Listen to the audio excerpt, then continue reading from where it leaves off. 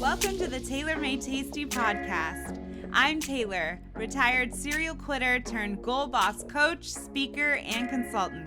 I believe a beautiful life starts with a beautiful mindset. Join me as we amplify confidence, resilience, and actionable tools on the road to quit quitting on you and your vision. You are worthy of your goals, so let's go get there.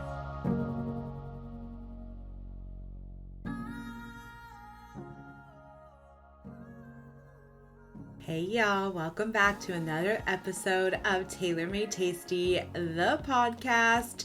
Today's episode features a guest by the name of Lizzie Merritt, and we will be discussing why so many of us wait to go for the things that feel special until after we've lost the weight.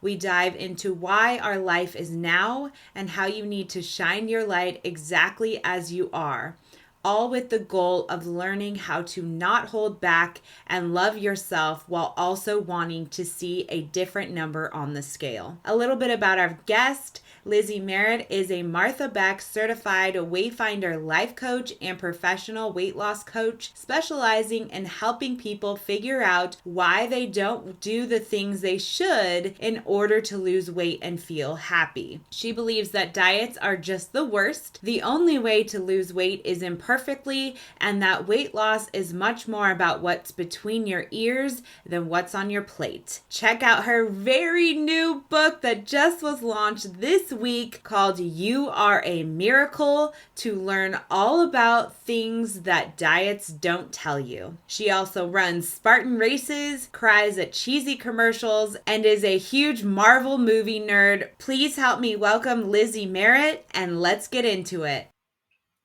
Hi, Lizzie. Welcome to the podcast. Thank you for being here. Thank you, Taylor. I'm so excited to be here. I appreciate it. Me too. So I was watching this olderish movie titled Age of Adeline, and it became popular again on Netflix recently, and I found myself watching it. And without giving too much away, it's about a woman who doesn't age. And there's a line in this movie that just stuck with me and struck me, where someone is telling her, "You've lived, but you've never had a life." And that really shook me, because I feel like how many times in our lives where this rings so true, situations or even years where we're living, but we don't have the life we want. Which is why I think that this topic is so important. Like, why do you think so many of us wait to participate in life until after we lose the weight or we hit a certain size or a certain goal or whatever it is? Yes, and I love that you brought up that quote. I mean, you lived, but you never had a life. Like, doesn't it just kind of hit you right in the gut? And I think that there's actually three reasons in particular why we tend to wait until after we lose the weight or after, we fit into a certain gene size to participate in life. Number one is diet culture. We're immersed in it from birth practically, that like diet culture teaches us that life opens up after you lose the weight, that things will be better once you're thinner. I mean, just looking at the before and after pictures, the before picture, someone's like serious, not smiling, and the after picture, they're like, yay, everything's great. So I think that diet culture is one of the reasons why we do that. Secondly, you know, we also are immersed in kind of a goal focused culture. You study hard, get the A plus. If you work hard now, the reward comes on the other side of an achievement. And there's actually a great book called The Happiness Advantage by Sean Achor, and he talks about how we continually strive for this goal and we put our happiness on the other side of the goal. But the problem is, once we reach the goalpost moves. And so we practice the feeling of I'll be happy when, and we never practice I'll be happy while I'm working towards something. And I think the third reason why we do this is, for women in particular, we're nurturers. We tend to take care of the needs of others first. We take care of everything and everyone, and our needs come last. And so not only does it make it harder to prioritize ourselves enough to take time and space to allow ourselves to lose weight, like I'm going to take an hour to go work out, or I could cook dinner. That's kind of a tough choice.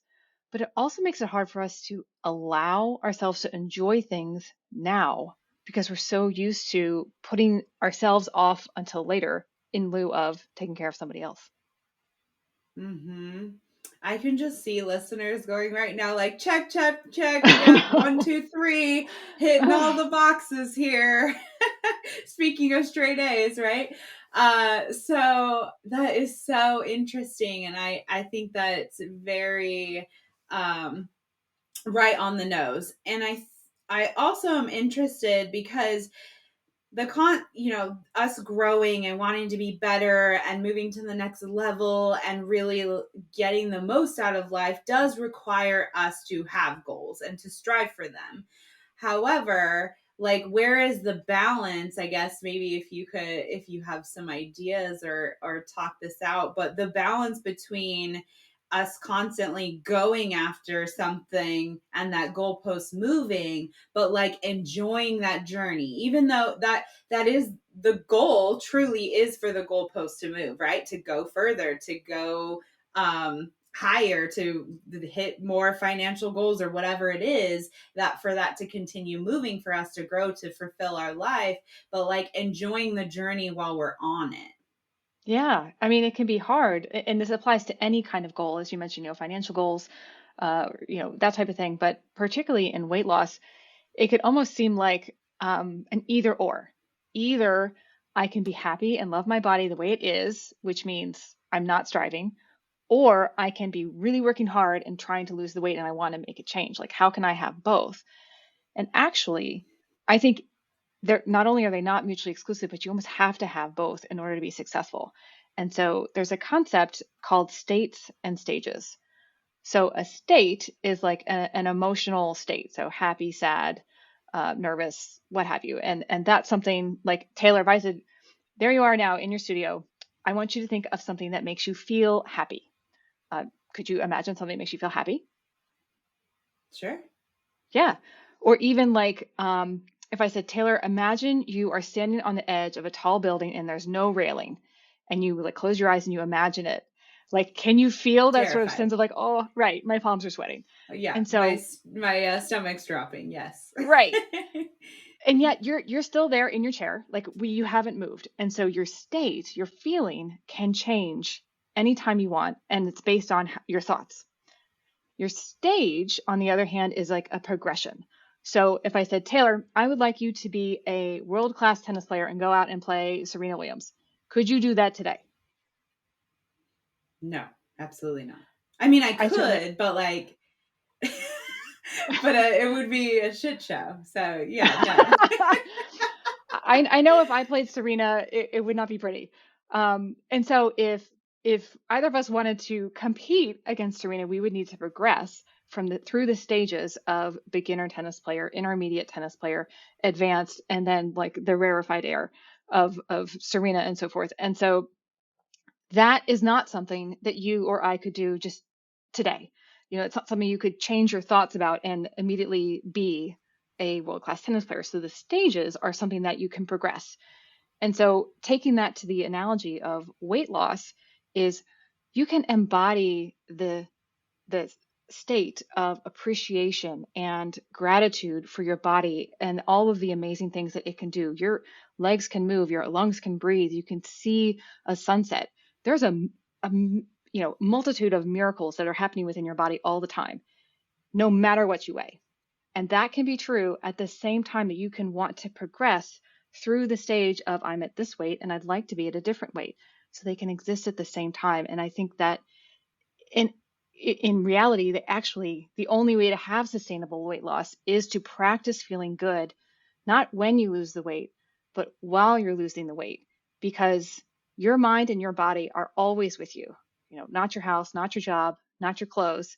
So taking the time to invest in that relationship with yourself and your body now is the best return on investment you can ever make. So good. Yes. Yes, yes, yes. Along the same lines, I'm not playing Serena Williams, but many of my listeners know that I am training for a marathon, and at this point in my training, I have found it completely empowering that I'm going for this goal at the size and the weight that I am right now and not waiting until I quote unquote look like a runner, right? Runners are known for being lean because you got to carry all that weight, all those miles.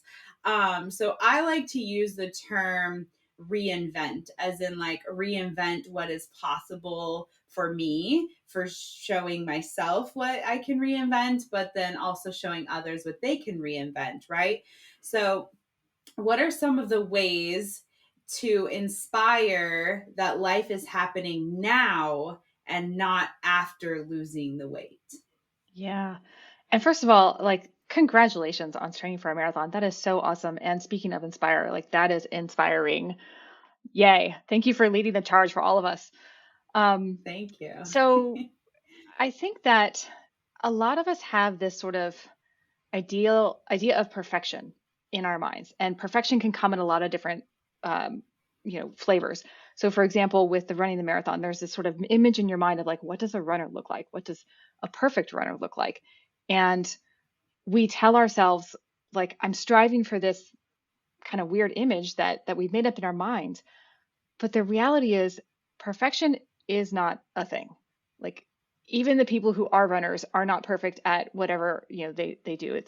It's almost like, if I said I'd like you to try and be 10 feet tall, like, nobody feels bad that they're not 10 feet tall, because it's impossible. And perfection is equally as impossible, and yet we feel bad that we can't reach it. And so I think the way to kind of flip that is, instead of being like, here are all the ways in which I am not living up to this mythical, you know, perfection in my mind, you can look for, what are the ways that things are going well. Whatever you're looking for, you'll find it. And you can weigh exactly what you weigh now and find amazing things about your body, or you can find things that are not perfect. Both are going to be true about at the same time. And so we get to choose what we focus on. Um, One of the exercises that I often tell my clients to do is to think about, like, all five of your senses. So most of the time when we look at our bodies, we're just using only our visual sense. But think about, what can you hear because of the gift of your body? Children laughing, the sound of the wind through the trees, uh, you know, anything that's, music. What can you smell because of the gift of your body? What can you feel, like the soft fur of your pet, a hug from your child? There's so many amazing gifts that this body gives you right now. Your body is the gateway to this amazing, miraculous experience of life, and yet all we see are the things that are not right. So a way to flip that kind of perfection mechanism is to say, try completing the sentence. I appreciate X about my body because of XYZ. So, like, I appreciate my hair because it's always been shiny and long, and it's really felt kind of proud of myself. Or I appreciate my feet because even though they hurt sometimes, they get me where I want to go, and I would really miss them if they weren't working.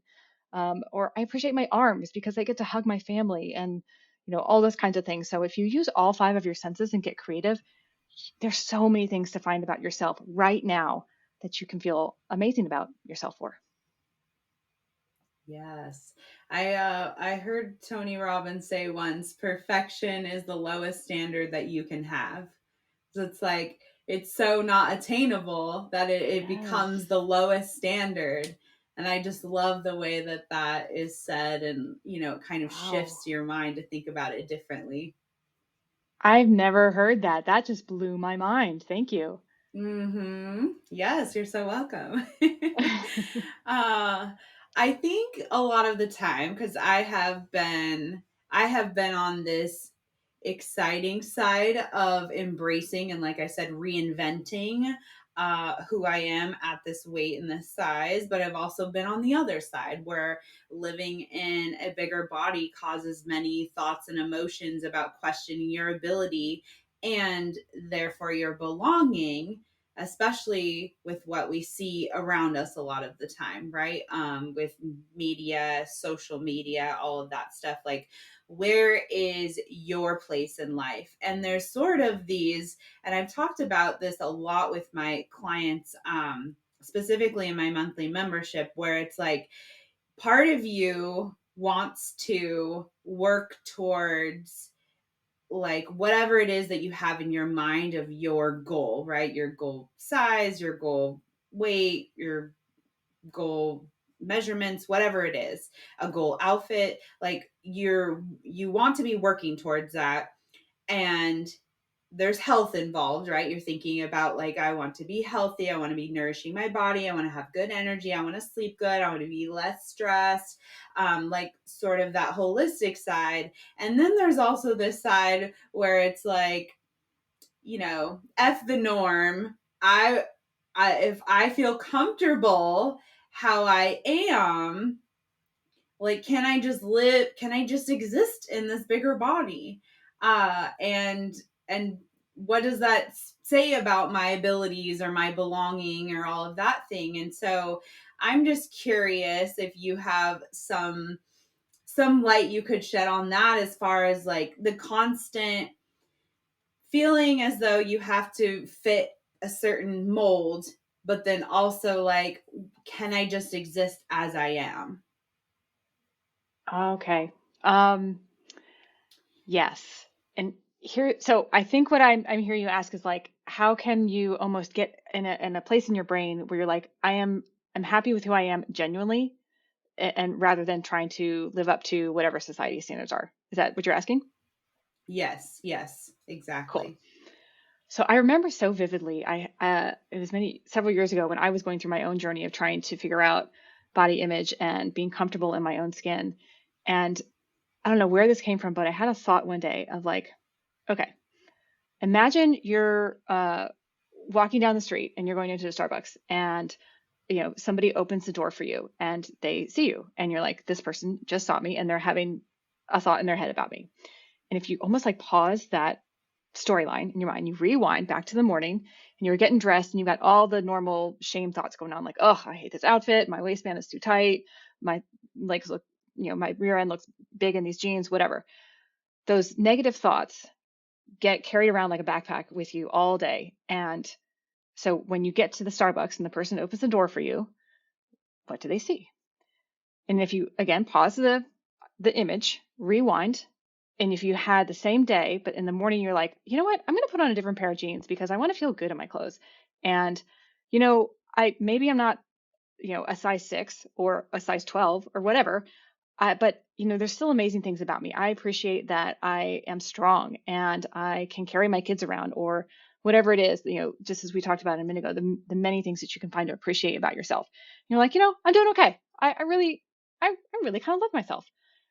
You walk to the Starbucks, the person that opens the door sees the same thing, no matter what you thought that morning. And so if the difference on the outside makes no difference to the person at Starbucks, to your spouse, to your kids, the only difference is to you. Why not stack the deck in your favor? Why not? And I mean, some people could say that, if you're walking around with positive energy, you're exuding confidence. And so you're more attractive just by the confidence you're exuding, which is certainly a factor. But I guess in my mind, it's like you get to decide. You and you are the person who are listening to yourself in your head all day. So you get to decide what the conversation is like, and it only matters to you. So why not have the conversation that makes you feel good? Mm. I love the visual of carrying around, of waking up and all the things that you say to yourself in the morning or in the mirror or as you walk by your, mirrored closet doors or whatever it is, of carrying that in a backpack. Like, what if we had to do that day after day after day? And not Yeah. what if, we do, right? We do, Right? not physically, but like we carry that day after day after day. So that was like so powerful to visualize. Oh my gosh, this backpack would be overflowing. Yeah. I mean, like you get to decide what you put in your backpack. Like, are you going to put bricks in there or, Mm-hmm. uh, you know, I Mm-hmm. don't know what would be the, physical equivalent of positive thoughts, rainbows, maybe, but, they're probably a lot lighter than bricks. Or like feathers. There Yeah, you go. something very light, or just the visualization of taking that out. Like, I'm no longer going to Yeah. say that to myself. Yeah. So now I'm taking this brick out of this bag. Love it. Yeah. Yeah. So sort of building on what we were just talking about, but maybe the other side of it is like as much as living your life now is about taking action, I think that it's also a lot about unlearning, and unlearning holding yourself back and unlearning the negative self-talk that we were just talking about, that drives a lot of our decisions. How can we start to learn to love ourselves while also wanting to see a different number on the scale? Because there is that health aspect and mobility, and like, the older you get, how your joints and your muscles and all of that stuff starts to matter. That it's like we, talking about that, like loving yourself while you're working on yourself. But with diet culture being a part of life and things like that, I think it's very hard for starting to learn to love ourselves while we're also wanting to see a different number on the scale. Yeah. Yeah. And just like we talked about a minute ago with the states and stages, is one way you can practice that is embodying the state of gratitude and appreciation for your body while still wanting to progress down down the scale through a different stage. But sometimes it's not that simple. You know, thanks to evolution in caveman days, our primitive brains evolved to look for what's wrong, because the cave gal who was on the lookout for what's wrong with the situation was the one that lived long enough to pass on her genes.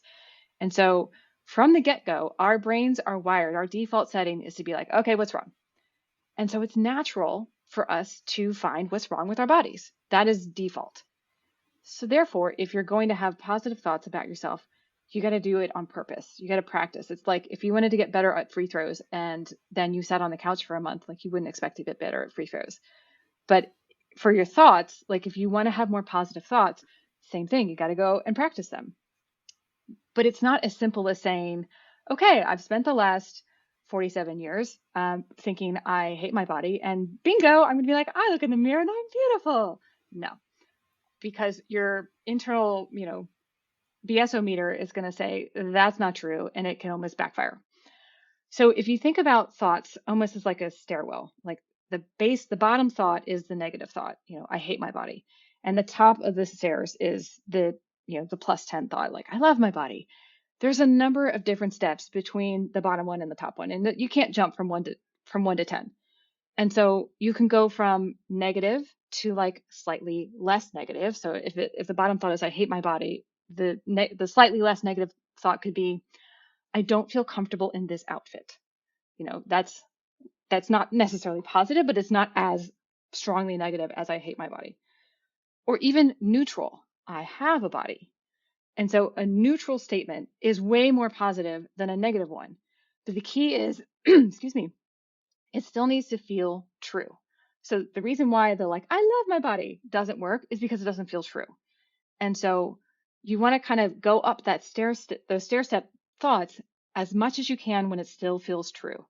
So if you can find a slightly more positive thought that is accurate, but doesn't like ring the alarm bells of like, nah, I'm just lying to myself, then you can work towards unlearning those thoughts that we, like talk about reps, like we've got lots of reps with those negative thoughts, and it takes lots of reps towards positive thoughts of unlearning those things. And it takes time, it takes practice.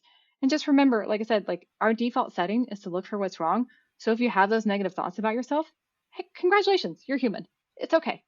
And Mm-hmm. there is an Yeah. opportunity to redirect and say, and today I'm choosing to take that brick out of my backpack and I'm going to have at least a slightly more positive thought than the one I had yesterday. Yeah. I really like the neutral.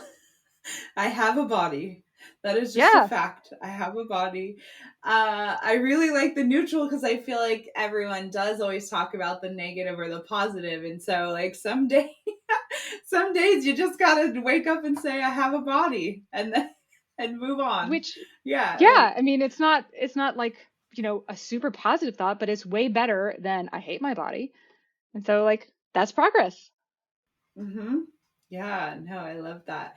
And do you see with this like stop waiting, start living, as we're talking about our bodies, but do you see value in also acknowledging things outside of our bodies, such as our personality or our characteristics, or kind of, what's in our brain and soul and all of that, that we are able to give our gifts to the world in that way, that have like nothing to do with our physical appearance. Oh, absolutely. I mean, I think a lot of us wait until we have the degree, we have the external sort of stamp of approval to say, okay, now I'm ready to XYZ, that is sharing my gifts with the world. And like, no, like you can share your gifts with the world today. You can, you know, send someone a smile. You can help someone with your expertise. There are, you, the, you were made for a reason. There are no mistakes. Like the way you are made is on purpose. And you have only what only you can bring to the world. And so we need what you have to give. And if you're waiting, we're waiting too. And whoever could be helped by whatever it is that you can share, because you are a one of a kind, there is no competition in the world of uniqueness because you're one of a kind. Like, go ahead and share it because whoever is on the other end of that help that you can share is waiting for you, even Mm. though you don't If have the you're waiting, degree or, yeah, yeah. I love that. If you're waiting, we're waiting too. Ooh, that's good. That's real, real good. I love that. Yeah, no, I think about just even myself personally, there's so many things that gift wise I held myself back from because of my body and the fear of silent judgment. Like, never, if I'm in front of a crowd giving a presentation, it's fairly unlikely that someone's going to come up to me and talk about my body, right? Or say something negative. But when you're on stage or you're in front of people, or you have to, some way you're highlighted, I think in bigger bodies, it is, you get that fear of like, what are they thinking? Even though maybe they're not saying it to you, it's like that silent judgment that you're worried about. And that's what I feel for me held me back for a long time of sharing my gifts, was afraid of what people would think, even though they're not saying it to me. And I'm assuming that I know their thoughts too, you yeah. know?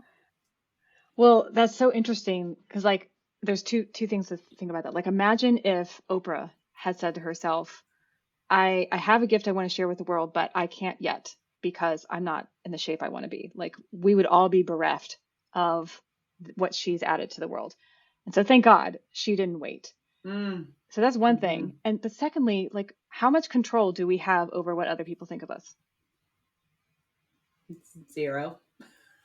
Yeah. Very little. So Yeah.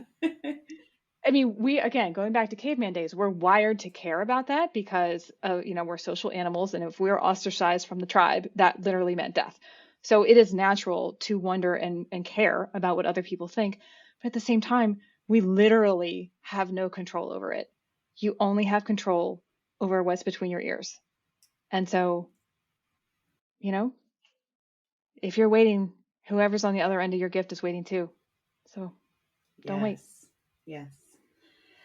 So, if you were to recommend one simple action, I like to ask this at the end of the episode because it's like we've given so many good gems that, Hmm. sometimes it's a little overwhelming. And so, if we're talking about one simple action today towards stop waiting, start living, what would that one simple thing be? Yes. Okay. So earlier we talked about mental reps, and it can be difficult sometimes to sort of like proactively practice. Okay, today I'm going to think this positive thought. And so a hack for that um, is to get out a 3x5 note card or a sticky note or something and write down one of those stair step thoughts. So again, it's the most important part is it has to feel true, and it's slightly more positive. So an example could be, my body is strong, or my body and I are partners in this life together. Um, or I appreciate some things about my body. So it's a little bit true and it's a little bit positive. And then you put that note card or sticky note or whatever in your pocket. And so that when you're walking around during the day, if your hand brushes your pocket, that's a reminder, oh yeah, my body and I are partners in this life, or I appreciate my body some of the time. And you look for evidence of where that's true. Now, I've had clients tell me, okay, well, I don't wear clothes with pockets. That's totally fine. I've had one client take a safety pin and pinned her note on the inside of her shirt. You can tape it to your phone. You can get creative. And I have this as well. I have different notes each day, and mine today is everything is always working out for me. So that's my note for Wow, today. yes. She has her 3x5 right here, live It's and all in wrinkled. person. I love it. Very cool. I like that idea. Just like an easy reminder, um, when you're able to touch it or slide your hand by it or something like that, for it to become top of mind. And that's, like you said, the mental reps. So the more we do it, the stronger we get at it. Hmm. Whatever you focus on, you find. Yes, yes, yes, yes. So I would love for you to share, Lizzie, about yourself or your business, or how listeners can connect with you to get more of these good gems from you. Thank you. Awesome. Actually, it's kind of ironic. The timing worked out. I don't think you even knew this. I've actually written a book. It's called You Are a Miracle, and it's all about how you are amazing. You are a piece of the divine, and you can appreciate yourself now. And if you want to lose weight, here are some awesome tips. And so it comes out on October 11th. So that's like, Congratulations. I know, crazy. So You Are a Miracle on Amazon, October 11th. If you'd like to find out more about me, my website is confidentbody.coach, or at Instagram, I'm at coachlizzie.merritt. Thank you so much for being here today. I appreciate your expertise and your view on this subject. And I think it's so powerful for us to stop waiting and start living. So I appreciate you being here. Thank you, Taylor. Absolutely. It has been a pleasure. I am honored. I appreciate it. And, if one person feels uplifted by our conversation today, then it is a win.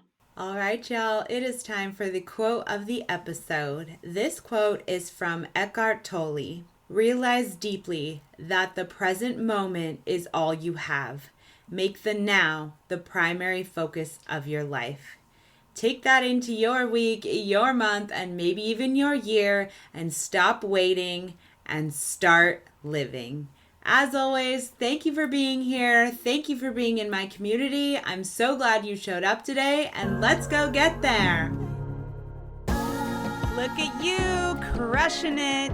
Thank you for joining me for another episode of the Tailor Made Tasty podcast. My hope is you always leave with a takeaway to implement in your own goal-crushing journey. I would love if you could take a moment to leave a review. And if you're looking for a community of goal boss badasses just like you, be sure to check out tailormadetasty.com/membership.